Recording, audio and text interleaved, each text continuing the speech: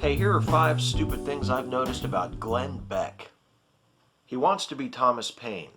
A few years ago, Glenn Beck published a book titled Common Sense. Sound familiar? Later this year, Glenn will publish another book titled The American Crisis.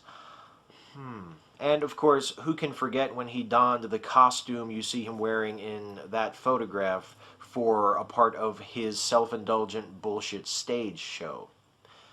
Unlike Glenn Beck, Thomas Paine was an outspoken liberal, a legendary enemy of religion, and an activist for social justice and public education who proposed establishing an inheritance tax to fund old age pensions and a basic minimum income for all citizens. There's no doubt that Glenn wishes he was Thomas Paine. That much is painfully obvious. But my question is, why, when Glenn shows no sign of having read a single word Paine ever wrote? He wants to be Jon Stewart.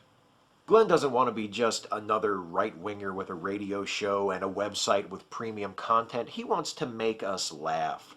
He's not content to be merely another political commentator. He wants to share with us his own humorous, cockeyed perspective on the news of the day. He seeks not merely to inform and enlighten, but to entertain. Well, 2 out of 3 ain't bad. Unfortunately for Glenn, he scores 0 out of 3, which is actually quite bad. He wants to be Oprah. Over the years, on the various incarnations of his television show, Glenn has welcomed guests from a wide variety of fields to join him for the sorts of superficial, banal conversations they could only have had on any other talk show. In addition, Glenn has brought great minds like David Barton, W. Cleon Skousen, and Little Ben Shapiro to the attention of his ever-dwindling audience of people dim or deranged enough to consider Glenn Beck to be a reputable source. But even that isn't enough for Glenn. There's one more beloved, prominent American cultural figure that he would love to ineptly mimic in order to perpetuate his own hackneyed shtick. He wants to be Walt Disney. It's been a little over a year since Glenn announced his intention to build Independence, a theme park / self-sufficient community where one day people will live, farmers will grow crops, entrepreneurs will start businesses, and aspiring filmmakers will produce what you have to assume will be just awful movies.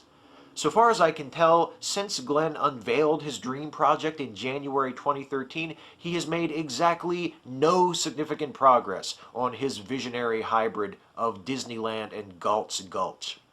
And you know what? It's probably just as well. Despite his lofty aspirations, pretensions to intellect, and delusional sense of his own importance, no matter how he longs to be that combination of Paine, Stewart, Oprah, and Disney, there is one inescapable fact that prevents it. He is Glenn Beck. As we've seen these last few minutes, Glenn imagines himself well suited for a diverse set of roles. He's a true polymath of wishful thinking. And to be fair, it's not like the guy is terrible at everything. He's good at cooking up half-baked conspiracy theories. He's great at pandering to the fears and prejudices of his audience. And if treacle is your thing, oh, look no further. Nobody does maudlin cornballery any better. By which I mean any worse. So he might not be that brilliant polemicist, razor-sharp political satirist, widely sought source of wisdom, or beloved larger-than-life mogul, but he can be a hollow patriot, partisan shit-thrower, champion of misinformers, and fake earnest self-promoter. In other words, he can go right on being Glenn Beck. The hardest part is only picking 5. Catch you next time.